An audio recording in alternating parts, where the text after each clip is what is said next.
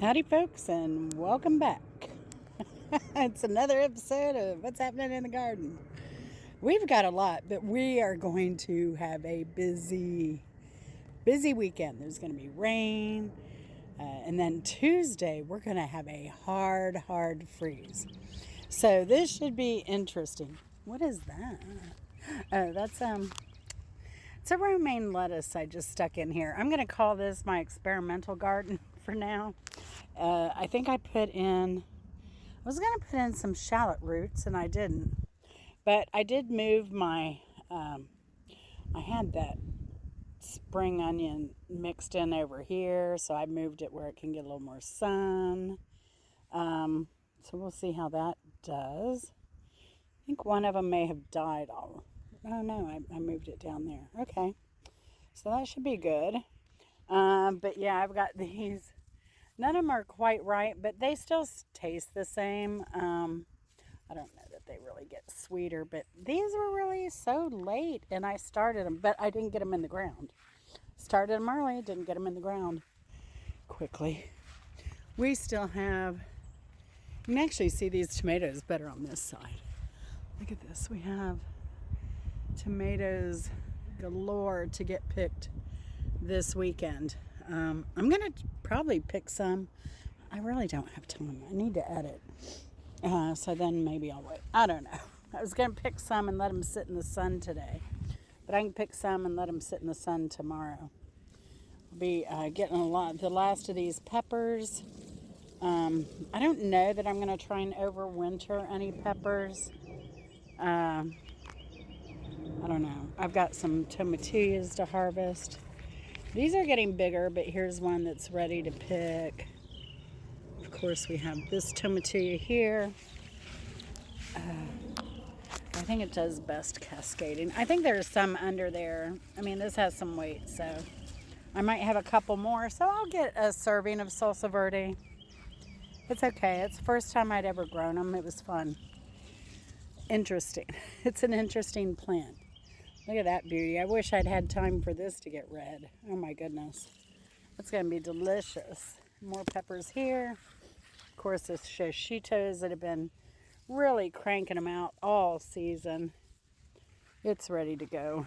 And these peppers, wow, where'd this come from?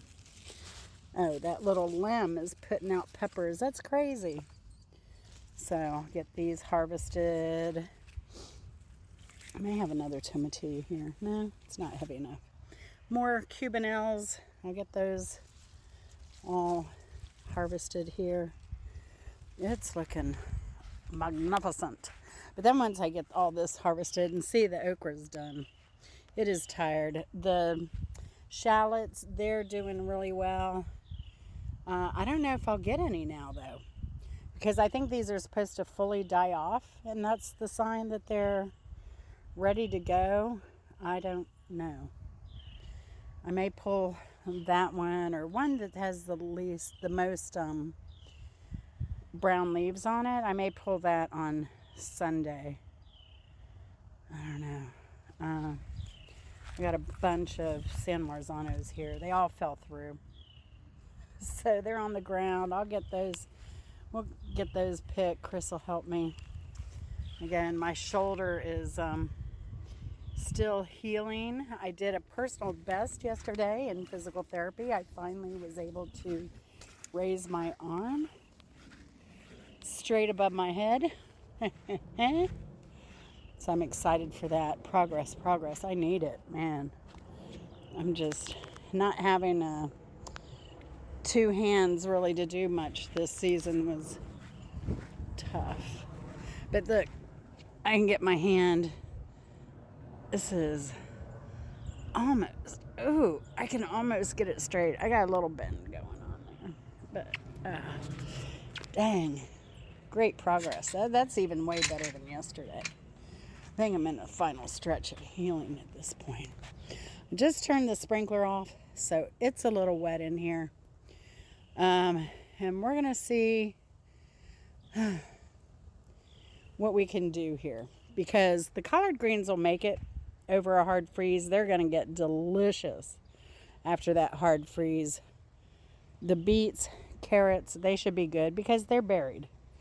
It may, mess with the leaves, but they're buried. They should, well, these are kind of up. I don't know. Dang it. I don't know. And the carrots, I've been pulling carrots. They've been huge. Biggest carrots we've ever had.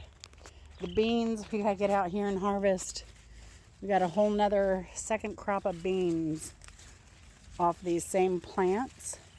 I just planted these. I think if you go back and look, see, I have a lot of beans in here. If you go back and look, I may try and save these if I get crazy. I may just do that. It depends. I have some Agribond in the storage shed over there. I may see if I can cut some down and put it in. Now, that bed of broccoli, I think I saw a couple sprouts. But I've really been wetting this. And that's a new pack of seeds. So I don't know what happened here. I think you'll see it when the water goes down. We'll see what happens. But it came out last year. I had all this out in the ground garden, and it all came up. It was all fine. So, like I said, they're all last year's seeds. Look at all these tomatoes I have to pick yet. And there's some on the other side here, hanging down. Now, this is what I had hoped would happen. This one just started climbing this fence on its own. You know, I told my mother-in-law, I just let them go wild. I let them be tomatoes. The same thing. It finally started climbing up over here. Tomatoes like being tomatoes. Here is kale. Have a Napa cabbage here. Now, this will survive, like I've said. Well, some of you are new here. So I had a ground garden out here growing all this stuff last year. The only thing I put up, I have these fiberglass rods I turn into hoops, and I put netting over it to keep the cabbage moths out, which I have not done here. I'm taking a big chance. And we had 2 pretty good snows. We had multiple days below 15 degrees because I have an orange tree I have to go out and wrap up when that happens. And so that was wrapped for several days, a couple of times, or maybe even 3. And yeah, so that's it. All survived. We ate all winter off that garden. It wasn't much. It was kind of more of an experiment. Now over here we have some German market cabbage. I have some cilantro in there. I'm experimenting. I've never done well with cilantro, so I'm going to try and do it over winter. We'll see. It's a far-fetched idea, but I know. I have another kind of cabbage in here. It's a Japanese imoko cabbage. Of course, here I put in another batch of carrots and beets. And the neighbor's out, so let me grab her. Oh, shoot, she went in already. Let me see if I can grab her and give her a watermelon. Okay, she went around. Her son's on a car, so that one's pretty small. That one's pretty small. So is that one. Maybe I won't. Because when they were this small, they weren't ripe. The last one we had, that's actually, I hate to say this, it's rotting in the fridge. Because when you grow watermelon, holy cow, it's a lot for 2 people. Almost everything's dropped its leaves out here in the orchard. Both the mulberries,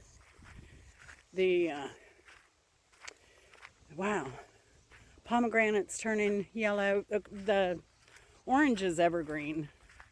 Blueberries are turning red, blackberries are about down. I need to really thin those out a lot. Maybe I can't mow. Chris is mowing because of my shoulder. But I usually like to, this stuff's getting out of control, so it's all thornless blackberries. So I usually cut into it quite a bit to keep that under control. The pawpaws still have their leaves. This fig's about done. Peaches, they're about done. The pear is still green. It's still really green. That's an Asian pear back there. A couple mulberries. I've got apples back there, but they've really been struggling for years. Some of them are 4 years old, got eaten by deer. They're just starting to come back up. But I just got some fencing. But to tell you what we're going to do, like going forward, Chris said he wants those beds, that type of bed here. And they make them 30 inches high. So we're going to do high 30-inch beds here. But I told him, I said, decide now. I have wood to build another one of these boxes. So does he want me to build another box, or does he want me to take all the wood back and then just invest in all high boxes here? Because you can see we can fit a lot of high boxes in here. I mean, we could probably fit 2, 4, 6, 8, at least 8 high beds in there. Now over here, the reason this is covered is we had it tilled. I paid a lot of money to have it tilled, and then the project came to a screeching halt. So my family decided they didn't want to do this project. Our plans here, it's 100 by, I think it's going to be like about 30. We're going to put all landscape fabric down here. We're going to fence it in. We have the fencing, we have the gate. We have a lot of the landscape fabric and a lot of the stakes to put it in. We have pretty much everything. And then it was like, do we want to hill it and amend the soil, or do we want... Chris loves this soil. You can see why. I mean, look at that new garden with the raised, the kind of metal Vajiga raised beds. I mean, it's insane how well it's growing. So it makes sense maybe to just bring more of that dirt in, mound that, then cover the rows and finish it all off. So I don't know. I don't know if we'll get this project done. Chris was a trooper in getting all that done this year. So, oh my gosh, I just hated that he had to do that by himself and I couldn't help him. So I'm going to see if this jujube up here is growing. Hold on. You can see down here where we started to mound. And they were like, no, this is too hard. We're not doing this. Well, I don't know if that's my jujube or not. It could be. It could very well be. I was thinking it was more over this side, though. But that's the only thing I've really planted out here. It has smooth leaves. But it doesn't get much sun over here. I should plant it out a little more. I don't know. We'll see. And my bananas, they come back every year. I don't know if these are dwarf bananas or ornamental. Now, I know if I separated them, they'd grow better, but I just never have time. And the camellia. This camellia is really starting to take off now. And for those of you who are new to my channel, welcome. Welcome, welcome, welcome. I really appreciate y'all. Happy to have you here. I'm lucky. I have a beautiful community. I really do. This is my worm bin. So I have a lot of worms in here. Man, they ate up that watermelon. We put a whole watermelon in here that was not ripe. And they have devoured the thing. Let's see. There's some worms.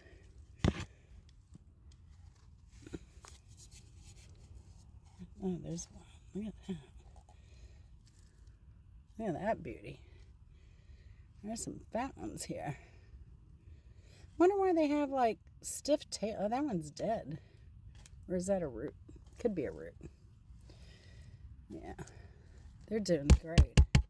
I've had these worms for, I don't know, like 5 years. I just put them in these tubs. I put holes around the top and around the top side. I have holes in the bottom. I put in just that PPE screening on the bottom, and then I put I got some organic cocoa coir. Took me a while to find it, but I got that, and then I just expand the cocoa coir in some water. It's a block, and then put the worms in. But yeah, I've only done that twice because I had to expanded their living conditions and changed them out. But luckily I've only had to change their bin out, I don't know, like once since I've had them all these years. And I've come up with a better plan to harvest the poop, but I haven't tried it out yet. So maybe I'll have time next year. We'll see. But anyway, I hope you all have take time to do things that you enjoy. Look at those. Those are going to ripen for sure.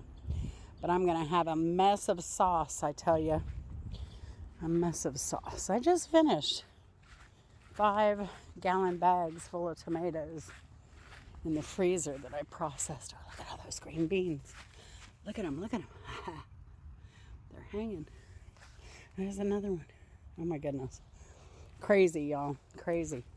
Y'all have a good one. Love you very much. And again, welcome to all the new subscribers. It'll be an interesting winter, apparently. So follow me to see how the garden does, especially for next week with this hard freeze coming on.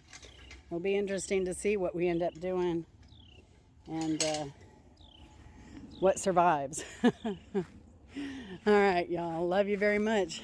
Take care.